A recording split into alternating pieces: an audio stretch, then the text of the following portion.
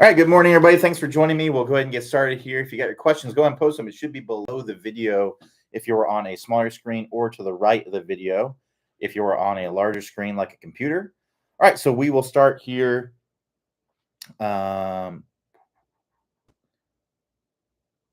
With Walt, it looks like. So Walt says, "I'm going through the drills for the ball then turf masterclass, but it has me shanking several times in the 20-shot drills. How do I stop shanking while trying to take a divot in front of the ball?" So it's a little bit hard to know for sure why you're shanking it without actually seeing what's going on. But here's what I'm trying to make an educated guess on what is going on. Sometimes when people shift their body forward in order to get that divot to be in front, what they'll also do is kind of shift their body kind of toward the ball. So they get up here and then the body kind of works out that way. So what I would try to feel like is that when you shift your weight to your lead side, you shift into that heel and you keep that weight in the heel and you're pushing your body away from the ball. So it's forward, but also away from the ball. Because if I'm moving my body toward the ball and I'm getting in my toes, then I may shank it because I'm taking away space for my arms and the club and everything to work down. Whereas if I'm shifting forward and I'm pushing my hips back, I'm basically feeling like I'm more in my lead heel. I'm driving that lead heel. Now I have so much more space, and it's going to be easier for you to do that. So that's what I would recommend doing. So let me know how that goes. And, well, most likely that's what the issue is. So let me know how that goes if you're on here. Well, all right, let's keep going. So Tyler T says, "I've been driving the ball really well for months. Now all of a sudden, I'm topping the ball or hitting low hooks. Any ideas?" Again, hard to say without seeing your swing. But if you are topping the ball or hitting low hooks, you might be coming over the top. Right. So if we come over the top, a lot of times that will be low hooks because we're hitting down on the ball and we're swinging to the left with a closed face. That can cause that low hook. Or, right, if we're, topping the ball, then that means that our path may be getting too much out over the ball. So my guess is you're probably coming over the top. And what I'd recommend doing is working through the 20-minute shallowing fix. I'd also look at your swing on video, see what's going on there. Right. That's what I'd recommend doing. See what's going on video. So that way I can, see for sure what it is. Cause I'm just guessing, right? If you look at it on video, you'll be able to clearly see, oh yeah, I'm coming over the top. And then if that is the case, I'd recommend working through the 20-minute shallowing fix with your driver. To get to the 20-minute shallowing fix, I'd click the instruction tab and then click the 20-minute shallowing fix from the drop down there.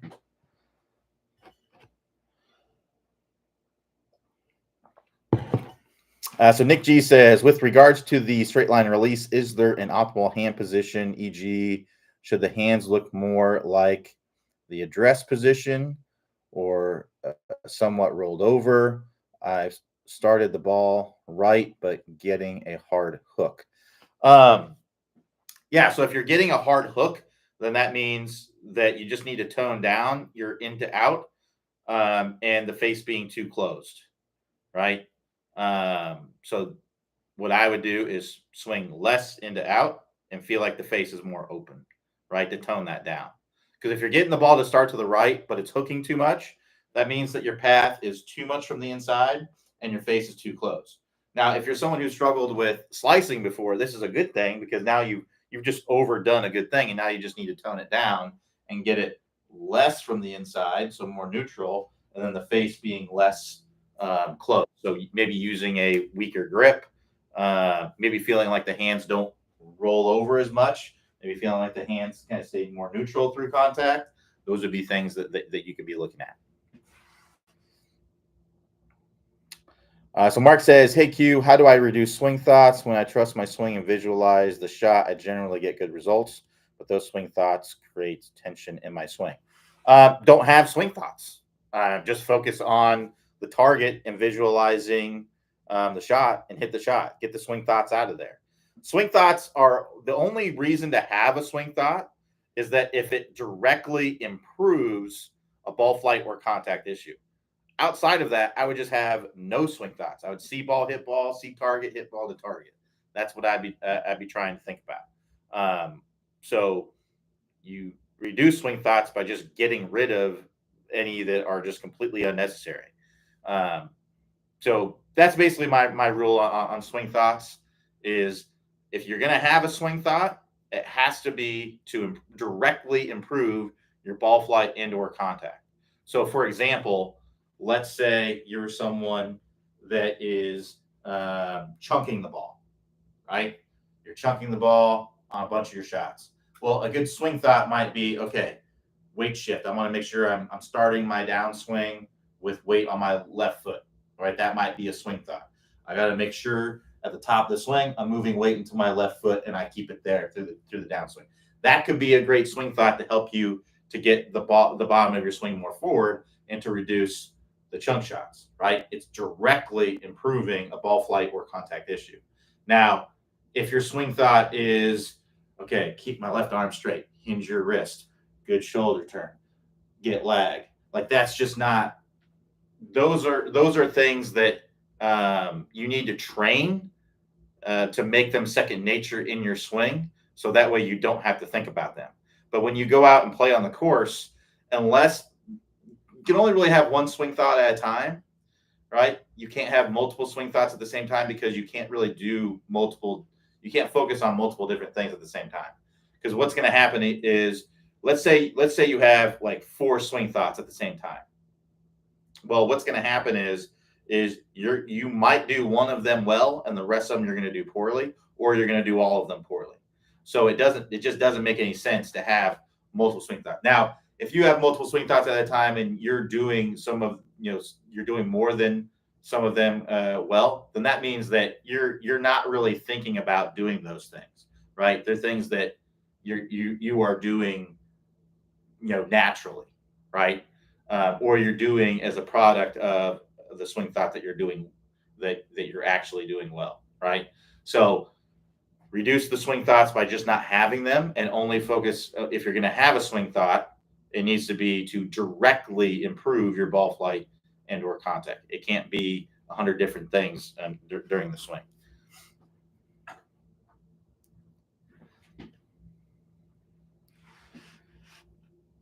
So Mark says, how long do you recommend standing over the ball before hitting it? As little time as possible. As little time as possible would be what I would recommend doing. It's very rare that I see someone stand over the ball for a really long time and hit a great golf shot. Usually it's, and I would actually try to develop a kind of a routine to where you're standing over the ball almost the same amount all the time. So for me, I'll be behind the ball, visualizing my target. I'm going to step into the ball. I'm going to line it up with everything. Then I'm going to set my feet. I'm going to get my grip. And then I just start doing some waggles and I visualize my swing, right? And then once I have kind of the visual in my mind, from there, I'm going to put my club down. And once I put my club down, I go, right? So there's no sitting there and, dead still. As you can see, I'm moving around all the time too, right? I'm waggling, I'm moving around. And then once I kind of get a feel, I'm going to put the club down. And then once I put the club down, I'm going to go, right? So I'm not standing dead still at any point. I'm waggling, moving around the whole time. So, and honestly, if I get here and I'm not ready to pull the trigger, right? I put it down and I'm not ready, then I'm just going to reset. I'm going to go through that again, right? I'm going to visualize, because what likely happened is somewhere between when I put my head down, there was some indecisiveness that came in there, right? So I'm just going to kind of get decisively. I'm going to move around my feet, right? I'm waggling. So now again, I've got it. I'm going to put the club down and I'm going to start. That's the kind of routine I would try to develop. I wouldn't stand over the ball for a long time. Everything that if you're standing over the ball for a long time, it just means you're overthinking things too much. You're thinking about way too much stuff. You need to be more see ball, hit ball.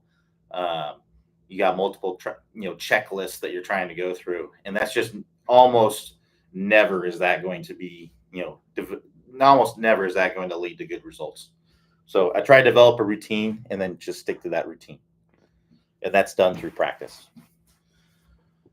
So Gordon A says, is failure to clear the left hip the primary reason for a flip at the bottom? No. No, it's not the primary reason. There's various reasons why people have a flip at the bottom. One could be that you're coming down steep, right? And then you don't clear your hips because you're stalling your body as a way to shallow out the club, right? So, for example, if I start my downswing steep, right? Well, if I were to clear my hips and really open up, well, I'm just going to come down way over the top. So, what a lot of people will do from this position is they'll stand up. Well, look, my hips have moved that way, my upper body's moved that way, but now look at the club. Now the club is in a shallow position that's going to allow me to hit a functional shot, right? So that could be a reason. Another reason could be because the club face is open. So if I'm coming down and my club face is open, I may stop my body so that way my hands can throw the club and the club face can catch up. Because if my club face is open and I rotate my body open and I keep my hands in front, well, look, my club face is just going to stay wide open, right? So if you don't have the club face close enough, you have no incentive to get the hands in front and get the body to open up, right? So that could be part of it. It could be that it feels more powerful, right? It feels more powerful to push my body away from the ball and throw my arms. That might feel more powerful to people, and that's why they do it, because their brain is telling them that's the most powerful way to do it, and that's what we're trying to hit it with power. And if we were to stay in our posture and rotate through, it would probably feel incredibly slow, and people won't want to do it because the ball won't go anywhere, right? I'm sure a lot of people could open up their hips and get the hands in front and do all those things if they were willing to hit the ball a lot less farther, right?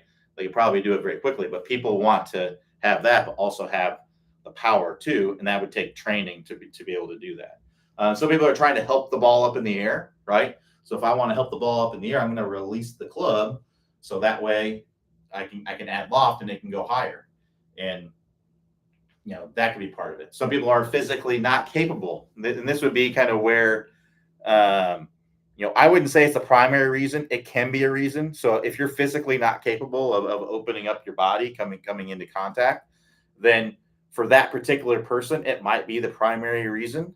But for most people, it's usually because we're starting down steep, the club face is open, it doesn't feel powerful, things like that. Those are typically the reasons why. Because there are people that can, just to think about it this way, there are people that open up their hips and clear the body, but still flip the club. I've seen plenty of videos where people are like this, right? Where the body's opened up, but I'm still flipping the club through there. So that's the thing that we have to understand as well. Just because we're opening up the hips doesn't mean we're automatically going to get shaft length, right? It helps a lot if we're keeping the body moving through contact. We're keeping that rotation going because it keeps the club from decelerating too much, which makes it want to release, right? So think about it this way: if I swing my arm and I suddenly grab it, what's that club going to do? It's going to release, right? It's going to release. So if I want to get my body opening up, that's going to help me to keep lagging the club. If I stop my body, that club's going to want to release, right? So it definitely helps, right? But it's not the primary reason. So if you are struggling with shaft lean in early release, then the hips are more than likely not the main reason why. There's probably other reasons why. In working on it directly would be what I would recommend. Whatever that thing is.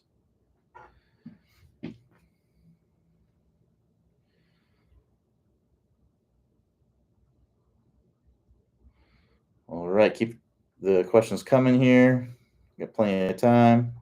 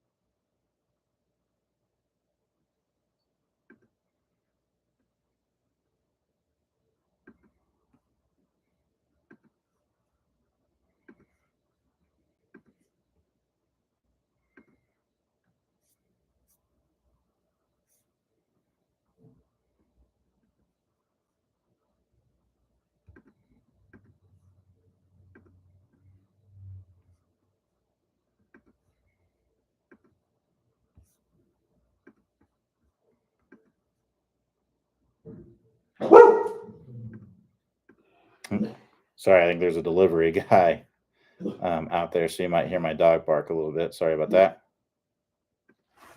Hey, do not.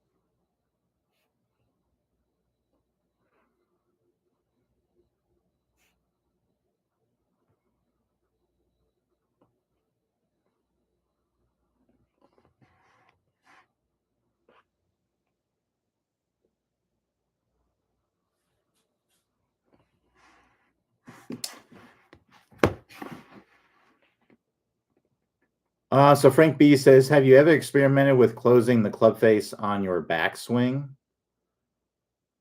I mean, the club face has to open up somewhat in order to get the club into a position at the top.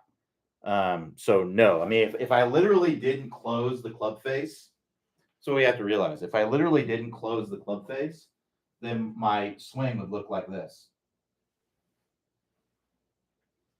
I have to roll my arms over a little bit to get the club into a good position at the top, right? So I guess no, I have not experimented with hitting the ball like this, where I don't open up the club face at all. It always stays square to my arc, right? Or close to my arc. So I would guess no, I have not done that.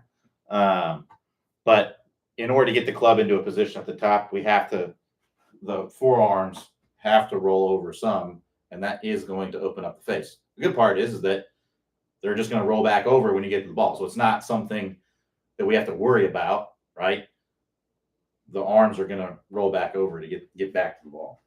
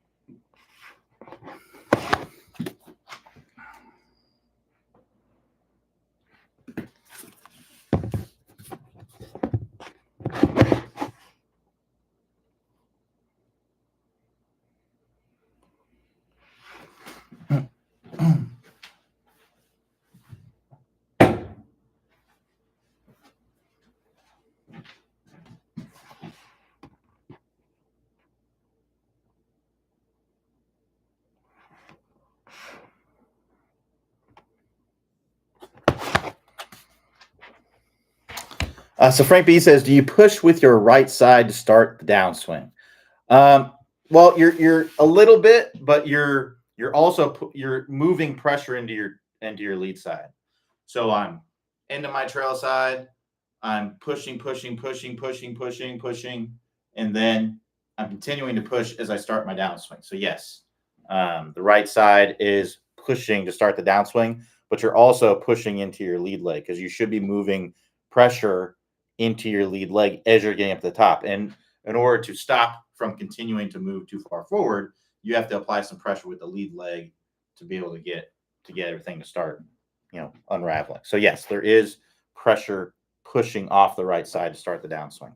But I think a better feel is to feel like you're getting pressure into your lead side to start the downswing.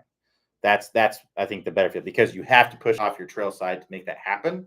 But then you're also getting the benefit of I'm feeling that in my lead side as opposed to if I just feel like I'm just pushing off my right side to start the downswing. Well, I can just push too far, right? And we don't want to do that.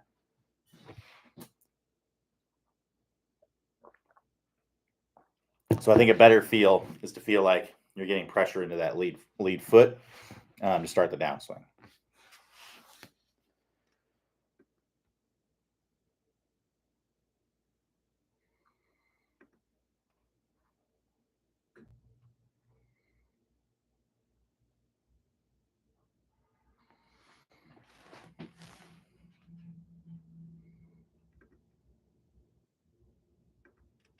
No problem, Frank. Glad to help.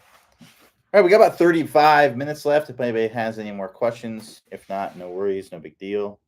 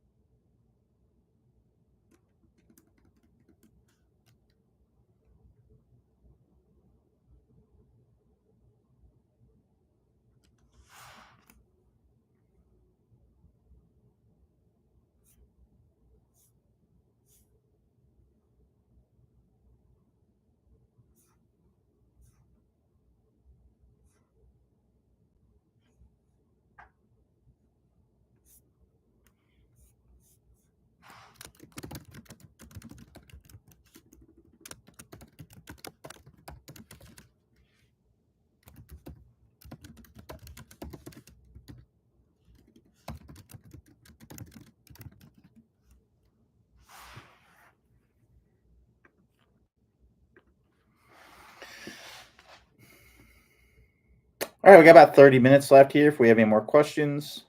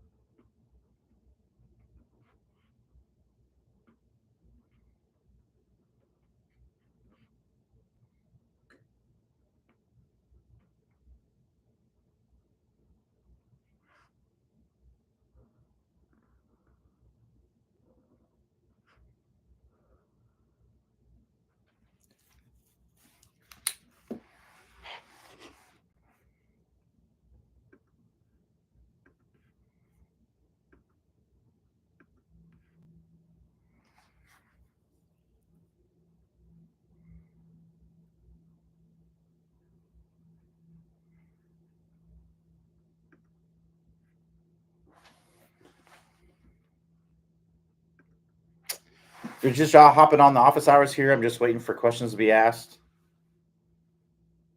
We got about 30 minutes left here. So if you have any more questions, if not, no worries.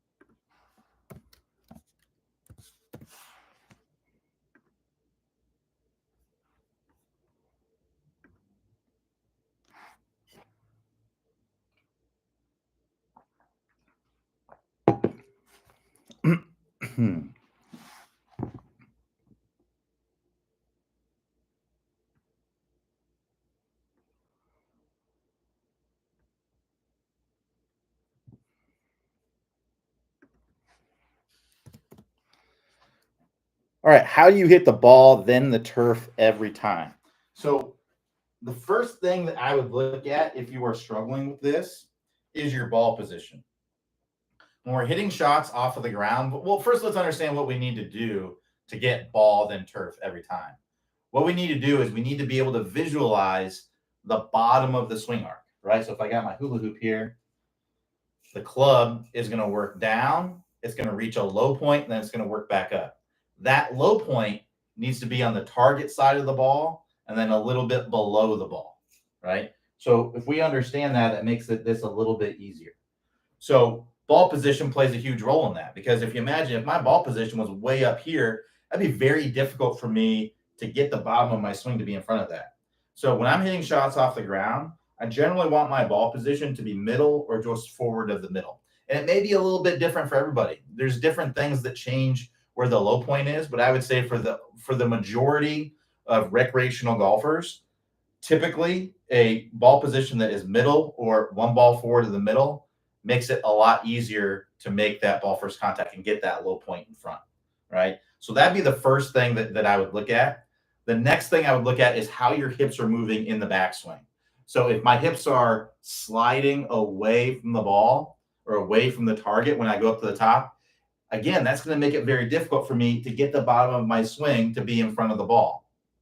So imagine if I'm like this, I'm going to have a hard time making ball first contact. Whereas if I move into my trail side a little bit, as I should, right, I have a little bit of a weight shift to my trail side to start the backswing, and then I stay more centered, right? Well, now it's going to be very easy for me to move into my lead side, right? And be able to get the bottom of that swing in front.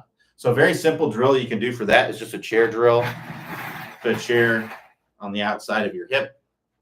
Nudge that chair to start the backswing. As you get up to the top, you're going to create a little bit of a space between your hip and the chair. That'd be a very, very simple drill to do for that. The next piece I would look at is basically how your weight is shifting in the downswing. So that last part was how the weight's shifting in the backswing to make it easier for you to make a good weight shift in the downswing. But some people may get in that position at the top, but then kind of bang on the back foot and kind of back up out of it, right?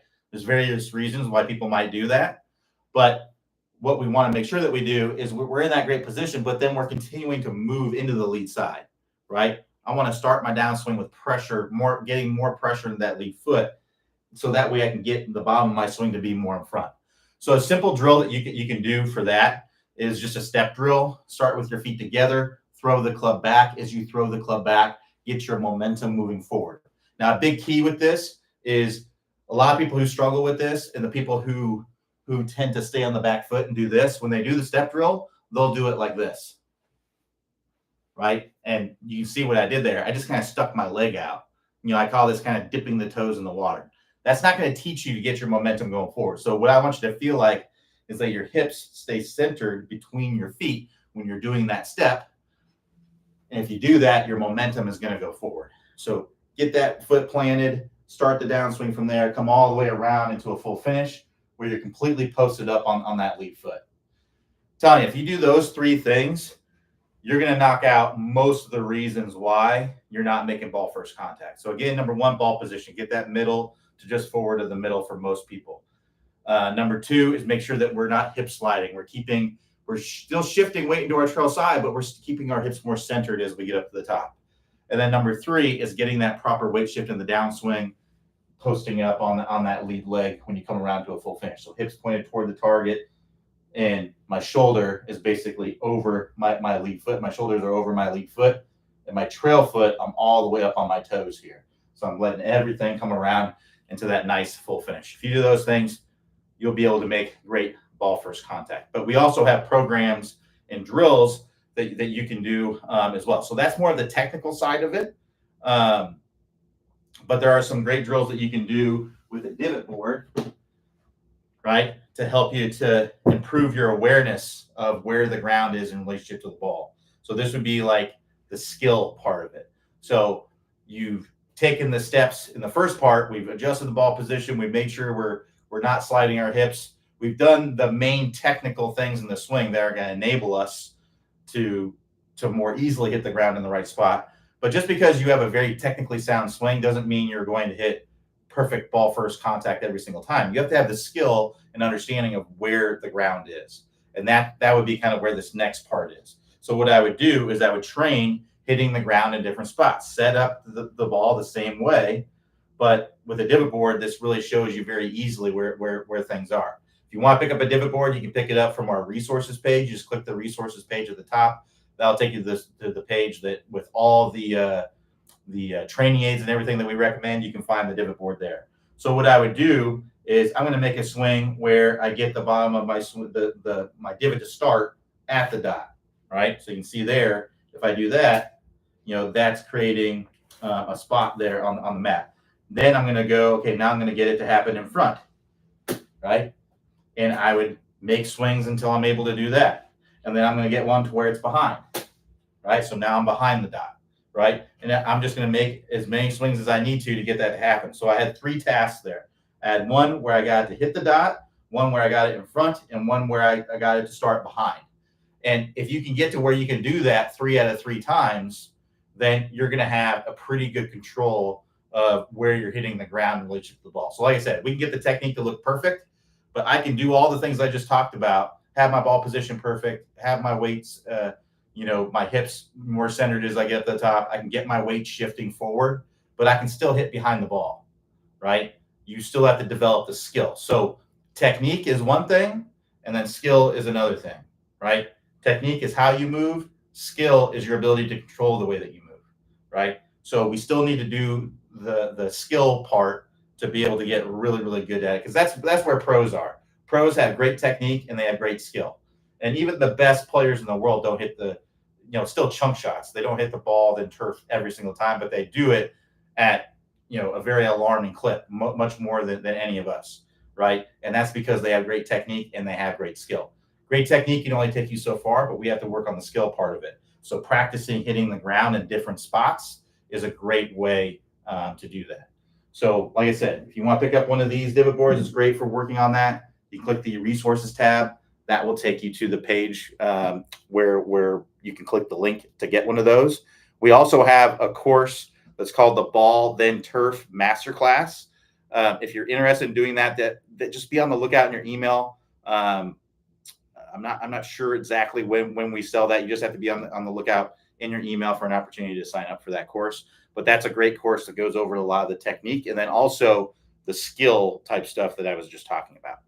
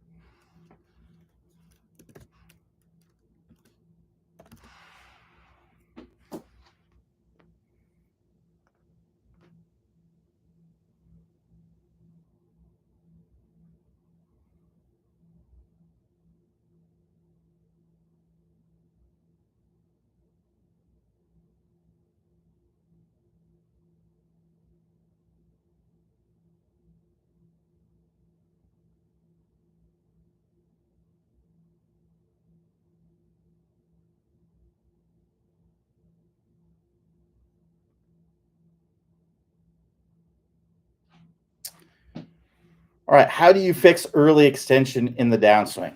Let me show you my favorite drill to fix early extension. So it's using the blue brick. If you're not familiar with what the blue brick is, it's a training aid that Clay invented. It's made by Shotcraft, but it's got a lot of great drills that you can do with it. It's basically just a heavy block that you put alignment sticks into, and you can do all sorts of drills with it. So on here, we have shallowing, right? And we have different clubs for shallowing. So I've got a wedge here. So what I'm going to do is I'm going to set this up. I'm going to take my alignment stick, and the alignment stick comes with it, by the way. I'm going to put my alignment stick in there in the wedge setting. And what it's going to do is it's going to put the stick in a place that's perfect for working on shallowing, and it's also good for early extension. This is a great combination of drills. It's a drill that helps you with shallowing, and it also helps you with early extension. The reason why this is a great drill for this is because a lot of times people shallow out the club by early extending. So let me explain what that means. If I'm someone who's starting down steep, right? Well, I can get this club to shallow out by early extending and standing up out of it. This is a big reason why a lot of people early extend, is that it's a form of shallowing out the club. If my hips move that way and my upper body moves that way, you can see how that gets the club to flatten out a little bit. So now I can hit shallow, but I've had to early extend and not be able to rotate my hips through contact. And it's going to be, you're going to tend to early release, hit thin shots, have trouble controlling your ball flight, things like that. But with this drill, it not only forces me to get my club and my hands to be underneath this, but it also prevents me from early extending, because I can shallow out the club and early extend, but I can't shallow out the club and early extend and do this drill correctly, right? The only way I can maybe do it is if I have it so shallow from the inside that I'm able to pull up out of it enough to miss this. But most people are, when they do this, their hands are going to work into this and they're going to hit that stick, right? So what I do is I set up the ball to be just inside of this, right? And now you can see how if I stand up out of it, I'm going to hit this stick, right? I can shallow it, right? But my hands are going to come out and hit this stick. So I have to get my arms and my hands underneath this. Now, if you find that you're cheating this and you're doing this to hit it, then what I would do is I would just add something behind you, add like a chair behind you. Right, so now I've got this chair set up to where if I move my hips away from the chair to try to cheat this drill, I'm going to feel my hips leave the chair. So what I want to do is I want to get up to the top, right hip on the chair. I want to start my downswing and push into that chair, flex my hips into that chair, and now I'm able to shallow out the club and stay in my posture and be in a great spot. So the way I'd work through this is I would do no ball at first, and I would just go up to the top of the swing, pause, right hip on it, and then I just take a nice fluid downswing where I'm pushing my hip into that chair, and I'm getting my hands and everything underneath that stick. Once I look on video and that looks great, I'm going to try to do the same thing with the golf ball. I'm just going to go nice and slow with it. Get to where I can do that with a pause at the top, hitting a ball nice and slow. Then I might try to minimize the pause or take away the pause. And again, going nice and slow. Then what I might do is start to speed it up. So regress to where you can do it. And what I mean by that is pause, go slow. Because the reality is, if you can't do it in a pausing swing, you're not going to be able to do it in a fluid swing. If you can't do it without a ball, you won't be able to do it with a ball. If you can't do it in a slow swing, you can't do it in a fast swing, right? So you got to regress to where you're doing it. Check it on video and make sure that you are doing what you think you are doing, right? So look from down the line, make sure that your hips, because sometimes you may feel like you're keeping your hips on there, but then you look at it and you realize that you're not, right? So, look at it on video, make sure that the hands and the arms are coming in there, because sometimes, these kind of feedback mechanisms are only as good as the way that you set them up. So if you set them up in a way that enables you to do the things that you're trying to change, you're just going to keep doing those things, right? So sometimes when I see people do these drills, they just haven't set up the wrong way, and it still enables them to do them wrong. So a lot of times you may not even realize that you're doing that, but then when you look at it on video, you realize, oh yeah, I got it set up like this, so it's letting me do that. So I need to adjust how I kind of have it set up. All right. So the way I would set this up, I would just have the ball. I would have this to where that stick is kind of in line with my trail leg or my trail shoulder, in that area, and then this ball is, I have just enough room that I'm not coming in, I'm not hitting the brick. Right, I'm not really close. I'm a few inches or a couple inches from hitting the brick. So that makes it to where I got to get my hands underneath and push those hips back. And I can't, if I do it like this, right, then my hips are going to move off the chair. I'm going to get instant feedback. So that's the way I work through it. I'd start out slow. Maybe, the first day that you work on it, you could only maybe do it in a practice swing, right? And that's the good thing too, because you don't have to go to the range to do this. You can do get through this initial stage, these initial stages at home, And then when you work up to being able to think you can hit a golf ball doing it, and what you can also do is you can wad up a piece of paper. Um, just take a piece of notebook paper, wad it up into a ball, and use that as your ball, right? And you can work on it at home. That wadded up piece of paper ain't gonna hurt anything as long as you have room to like swing the club, and you can use like an old floor mat or something like that. Or if you've got carpet you don't really care about brushing, on, it's not going to damage it too much, right? That's the way I would work through it, and then work your way to the range, right? I find that a lot of people they try to take things to the range right away, and then they get to where they can't do it, and then they get off track, right? And they start doing a bunch of other stuff, and then what you set to the range to do, you didn't end up doing because you just weren't ready to go to the range yet. Earn your right to go to the range with this, right? Get to where you can do this in a practice swing, going slow. You work your way up to full speed, put in those reps, and then going to the range will be a lot easier. And then it won't be so much wasted money on golf balls and things like that. You'll be ready to go once you get to that point. If you want to pick up a blue brick, we do have them hopefully in stock at the time that you're watching this video.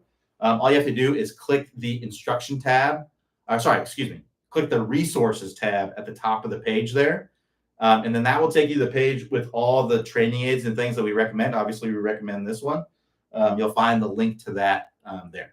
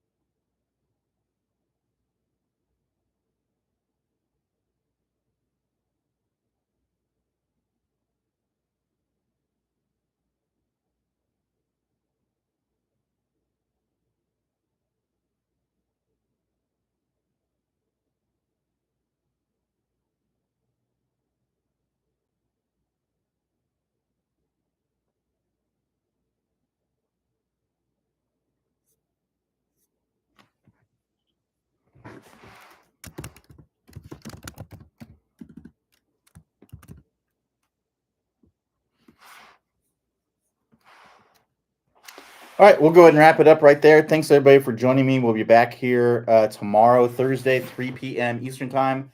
Weather pending. We do have a hurricane that's going to be kind of coming through here.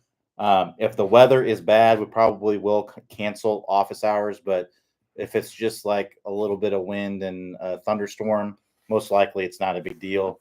We're used to that, here in Florida. But if it's like high winds and power might go out and stuff like that, then just a heads up, it's a possibility we may cancel the office hours for tomorrow. So just a heads up there. I'm going to put a note in the banner, but just a heads up, it's possible it might get canceled. So, but thanks everybody for joining. We'll be back here tomorrow. Hopefully, talk to you next time.